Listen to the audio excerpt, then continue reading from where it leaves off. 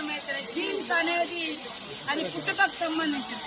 అంటే ఈయన తోటి బీఆర్ఎస్ లో తెలంగాణ వస్తే కొత్త సాంప్రదాయాలు కొత్త విధానాలని చెప్పి వచ్చిన తెల్లారే టీడీపీలో ఉన్నటువంటి వాళ్ళను కాంగ్రెస్ లో ఉన్నటువంటి వాళ్ళను జైన్ చేసుకున్నప్పుడు వాళ్ళు ఏ జైన్స్ అనుకున్నవయ్యా నేను అడుగుతున్నా.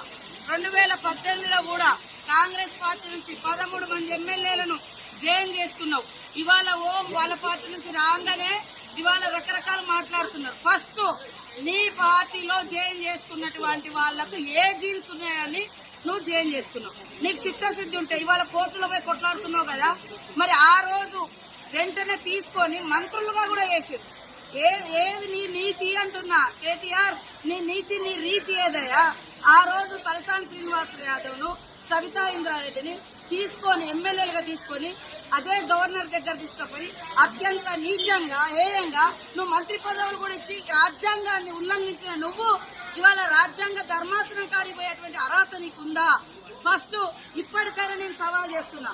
మా పార్టీలోకి వచ్చినటువంటి ఎమ్మెల్యేలు నువ్వు అంటున్నావు కదా, దానికి పునాదిగా నువ్వు కొత్త రాష్ట్రంలో మొత్తం 2014లో 2018లో ఎవరున్నా కూడా పాపం సర్పంచులున్నా, ఎంపీటీసీలున్నా, జెడ్పీటీసీలున్నా, ఎమ్మెల్యేలున్నా, ఎంపీలున్నా అందరినీ భయపెట్టి బలవంతం చేసి రకరకాలుగా తీసుకొని అలాంటి మార్పిళ్లకు శ్రీకారం కొత్త తెలంగాణలో చుట్టింది నువ్వు.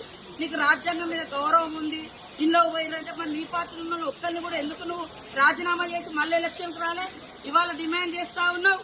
అదే కాకుండా ఇప్పటికి మీరు సవాల్ చేస్తున్నావు. మీ పార్టీలో ఇతర పార్టీ నుంచి వచ్చిన వాళ్ళు ఇప్పుడు కూడా గెలిచిన్నారు, వాళ్ళని కూడా రాజీనామా చేయించు. ఆ రోజు మా పార్టీ నుంచి వచ్చిన వాళ్ళు సబితా ఇంద్రారెడ్డి గాని, సుధీర్ రెడ్డి గాని, లేకుంటే ఇతర టీడీపీ నుంచి వచ్చిన తలసాని శ్రీనివాస్ యాదవ్ గాని, మళ్ళా ఇప్పుడు ఎమ్మెల్యేలు ఉన్నారు కదా, ఆ రోజు వాళ్ళు రాజీనామా చేయకుండా మీ పార్టీలకు వచ్చారు కదా, మీ పార్టీలకు ఈ రోజు రాజీనామా చేయించి అప్పుడు మా దాంట్లోకి వచ్చిన వాళ్ళు అడిగితే జనం హర్షిస్తారు. కానీ నీకో నీతి మందికో నీకరణం ఇది ఎవరు కూడా హర్షించరు. కాబట్టి ఆ యూట్యూబ్లు పెట్టుకొని చూపించుకున్నంత మాత్రాన ఎవరు ఏదో పేడ్ ఆర్టిస్టులతో మాట్లాడిస్తే అది కాదు. కాబట్టి ప్రజలకు తెలుసు నువ్వేం మాట్లాడి, నువ్వు 10 ఏళ్ళు అధికారంలో నువ్వేం చేసినావు పబ్లిక్ తెలుసు. కాబట్టి అది మర్చిపోయి ఇతరులను ప్రశ్నించే నైతిక అర్హత నీకు లేదు.